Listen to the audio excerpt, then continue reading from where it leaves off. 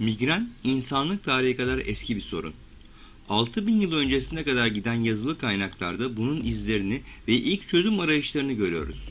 Türkiye'de her 5 insandan birinde migren olduğuna göre ya bu videoyu izleyen sizde, ya aile fertlerinizin birinde veya arkadaşlarınızın birinde migren büyük olasılıkla var.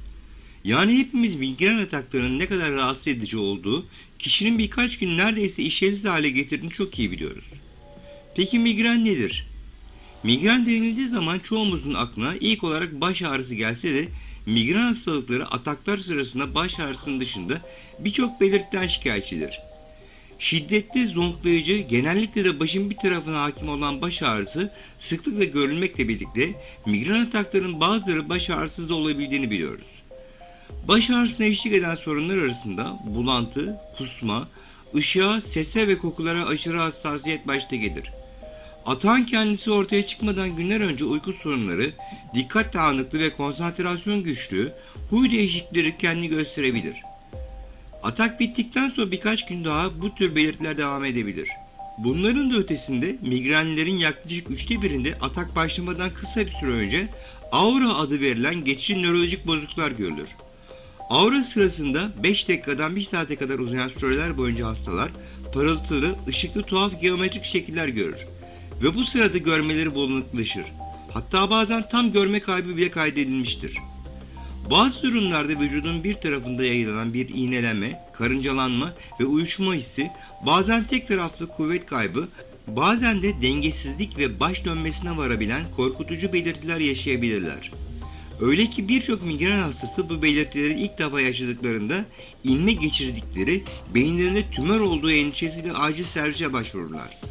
Ancak bu belirtiler beyinde kortikal yayılan depolarizasyon adlı geçici bir fonksiyon bozukluğu sonucunda ortaya çıkar ve normal olarak hasar bırakmadan iyileşir. Bu nörolojik belirtileri de sıklıkla 1 saat içerisinde migren atağını kendisi takip eder. Migrenin sadece belirtilerine baktığımızda bile baş ağrısından çok öte, beynin fonksiyonlarının yaygın olarak bozulduğu bir sorun olduğunu anlıyoruz. Gerçekten de migren halen tam olarak anlaşılamamış, karmaşık ve son derece gizemli bir nörolojik problem. Öte yandan bugün bilimsel çalışmalar sayesinde biliyoruz ki çoğumuzun kabusu migren aslında beynin nasıl çalıştığı ve evrimsel gelişim konularının aydınlatılması için bize ilginç fırsatlar sunuyor. Migren mümkün olduğunca basite indirgersek baş bölgesinin ağrı sisteminin anormal aktivasyon olarak düşünülebilir.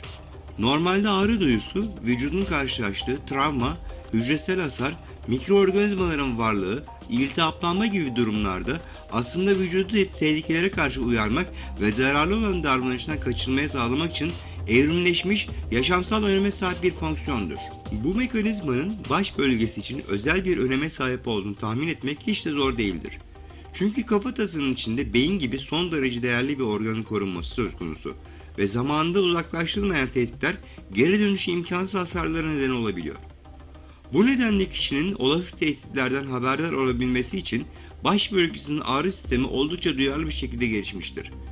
Baş bölgesinin duyusunu toplayan sinirler arasında trigeminal sinir başta gelir.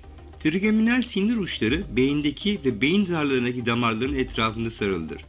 Bu sinir uçları ve damarları içeren ortak sisteme trigeminavasküler sistem adı verilir. Migrende işte bu trigeminavasküler sistem gereğinden fazla aktif olur ve tepki vermemesi gereken uyarılara tepki vermeye başlar. Bir anlamda duyarlılaşır. Bunu migreni olanlar her nabız atımıyla şiddetlenen baş ağrılarını düşündüklerinde adeta bütün beyin damarlarını hissetmeleri nedeniyle daha iyi anlayacaklardır.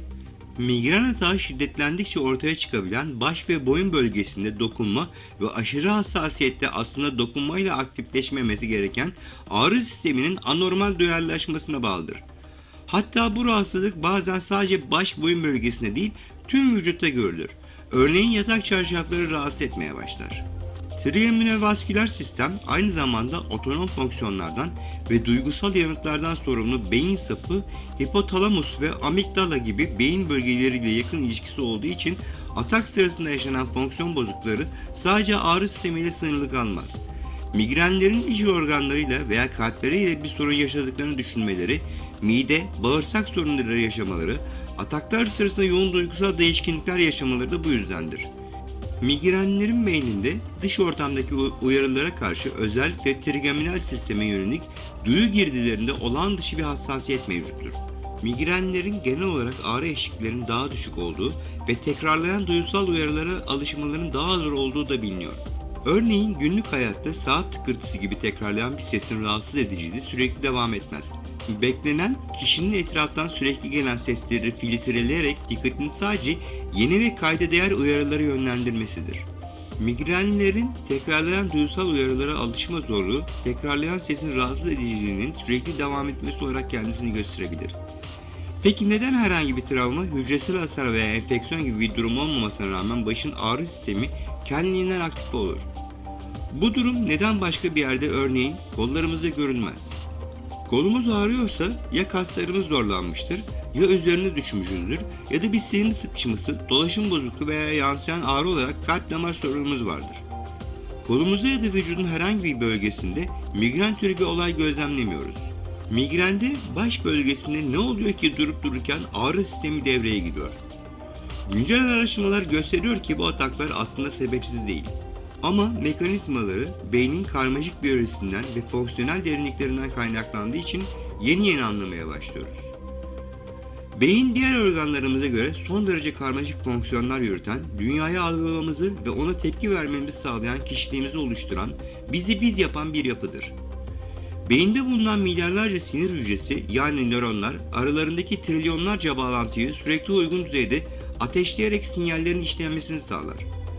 Nöronların yanı sıra astrotit adı verilen yardımcı hücreler de bu süreçte önemli fonksiyonlar üstlenir. Örneğin astrositlerin önemli bir görevi nöronların yüksek metabolik ihtiyaçlarına destek vermektir. Nöronlar fonksiyonlarını yürütebilmek için sürekli ve yeterli enerji kaynağına yani glikoz ve oksijene ihtiyaç duyarlar.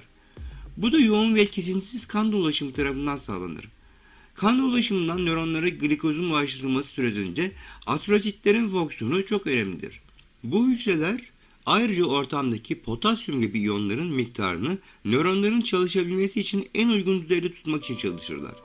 Nöronların metabolik ihtiyaçlarının yeterince karşılanmaması durumunda nöronlar en azından geçici olarak faaliyetlerini tam yürütemez veya belli nöron grupları aşırı aktif olup sağlanabildiğinden çok daha fazla enerjiye ihtiyaç duyarlarsa bir çeşit arz-talep dengesizliği ortaya çıkar. Bu tür metabolik uyumsuzluklar nöronların bir çeşit strese girmesine neden olur. Aura sırasındaki kortikal yayılan depolarizasyonlar beyinde kan dolaşımını da etkileyen çok şiddetli bir aktivasyon dalgası oluşturarak güçlü bir metabolik strese meydana getirir. Günlük hayatta daha sık yaşanabilecek bir durum olan aşırı uykusuzluk veya öğünlerin atlanması gibi durumlarda astrositlerin içindeki glikojen rezervleri azalır ve nöronlara glikoz desteği yeterince gerçekleştirilemez. Nöronların etrafındaki potasyum yeterince iyi kontrol edilemeyebilir. İşte bu tür metabolik stres durumlarında nöronlar hücre zarlarında bulunan panneksin adı verilen özel bir kanalı açarlar ve hücre içi dışı arasında bir madde alışverişi olur. Bu kanalların açılması hücrede bir çeşit alarm sistemini devreye sokan bir düğmeye basılması gibi düşünülebilir. Sonrasında nöronlar sanki ortamda hücresel zarar varmış veya bir enfeksiyon etkeni varmış gibi çeşitli molekülleri salmaya başlarlar. Örneğin bu moleküller arasında hastalığımızda ateşimizin yükselmesine neden olan interleukin 1 beta da bulunur. Bu yüzden migren sırasında sadece bir baş ağrısı değil, kişinin kendini kötü hissetmesine neden olan tam bir hastalık hali görülür. İşte migrende ağrıyı başlatan süreç, nöronların yaşadığı metabolik stres nedeniyle alarm yanıtını devreye sokmaları ve bunun salınan moleküller nedeniyle ağrı lifleri tarafından algılanmasıdır.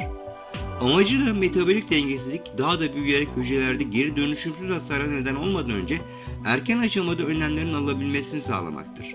Yani anlıyoruz ki migren beynin karmaşık fonksiyonlarını yürütmesi sırasında bu fonksiyonları yakın zamanda tehlikeye sokabilecek bir metabolik düzensizliğin ilk işaretlerinin alınması durumunda kişiyi haberdar etmek için ikaz vermesi, zararlı uyarının ortadan kaldırılmasını sağlamaya çalışmasıdır. Migren atakları bu nedenle kişinin zor zamanlarında öğünlerinin ve uykusunun düzensiz olduğu, psikolojik açıdan stresli olduğu, adet dönemi gibi hormonal değişikliklerin olduğu veya aşırı uyarana maruz kaldığı dönemlerde ortaya çıkıyor. Kişi atağını hissettiği zaman uyaranları azaltmaya, örneğin sessiz ve karanlık bir odaya girmeye çalışıyor. uyuyor, işinin gücünü bırakıyor ve nöronların aktivitesinin düzelmesi için beynine bir fırsat tanıyor. Bu düzensizlik ve stres çözüldüğü zaman kişinin ada sona eriyor. Bu durumun evrim sırasında gelişmiş bir koruma mekanizması olması mümkün. Nöronlardaki bu alarm mekanizması sayesinde kişiler yeni ve karmaşık ortamlarda bir şekilde uzak durmaya çalışıyorlar. Baş ağrısı rahatsız edici bir durum. Ama belki de bu evrimsel anlamda türümüze avcılar, çevresel toksinler, belki annenin çocuklarına gelecek bir tehlikeyi daha kolay bertaraf edebilmesi ve benzeri tehditlerden kaçınmayı sağlayarak bir sağ kalım avantajı vermiştir. Bu nedenle de migrene yol açan genler korunmuş ve günümüze kadar kalıtılmıştır. Peki neden herkesin migreni yoktur? Bu evrimsel olarak korunmuş, beynin temel işleyişine entegre olmuş mekanizma ise neden herkesin migreni olmaz? Sistem bileşenleri muhtemelen tüm insanlarda mevcut olmakla birlikte bazı kişilerin beyinleri duyusal uyarılara daha duyarlı olduğu veya nöronlarının metabolik ihtiyaçları daha farklı olduğu için veya sadece alarm sistemleri daha hassas olduğu için de migren atakları yaşıyor olabilirler. Sağlıklı kişiler bu alarm sisteminin varlığını normal şartlarda hissetmiyorlar. Bazı yangın alarmlarının çok hassas olup yemek pişirme sırasında aktif olması gibi bazı insanların nöronları da en ufak bir düzensizlikte alarm sistemlerini çalıştırıyor. Alarm çalışınca verilecek trigominavasküler aktivasyon yanıtının ne kadar şiddetli olacağı da genlerimiz ve diğer çevresel etkenler tarafından belirlenebilecek bir başka değişken. Aramızdaki bu farkların neler olduğu ve neden bazı insanların migreni oluşturan mekanizmalara daha yatkın olduğu aktif bir şekilde araştırılmaktadır. İşin ilginç tarafı bu nöronal alarm mekanizmaları sadece insana özgü değildir. Fare ve sıçan gibi kemirgenlerin beyninde dahi aynı mekanizmaların işlediğini biliyoruz. Ve fare ve sıçan gibi deney hayvanlarında da çeşitli yöntemlerle migren atakları tetiklenebiliyor. Bugün migrenle ilgili bildiklerimizin büyük bölümü ve geliştirilen ilaçlar bu deneysel araştırmalara dayanıyor. Beynimizin hızla değişen durumlara adapte olamama stresini ve bunun giderilmesi için bir uyarı mekanizması olduğunu anlayabilsek de bu durum günümüzün şartlarında önemli bir iş kaybı ve yaşam kalitesinin düşmesine neden oluyor. Bir anlamda biyolojik evrimimiz sosyal evrimimize uymadığı için sorun yaşıyoruz. Bu nedenle de bilimsel ve tıbbi araştırmalar migren atağının daha derin sebeplerini ortaya koymak ve bunu beyin fonksiyonlarını etkilemeden önleyebilmenin yollarını aramak için çalışmaya devam ediyor.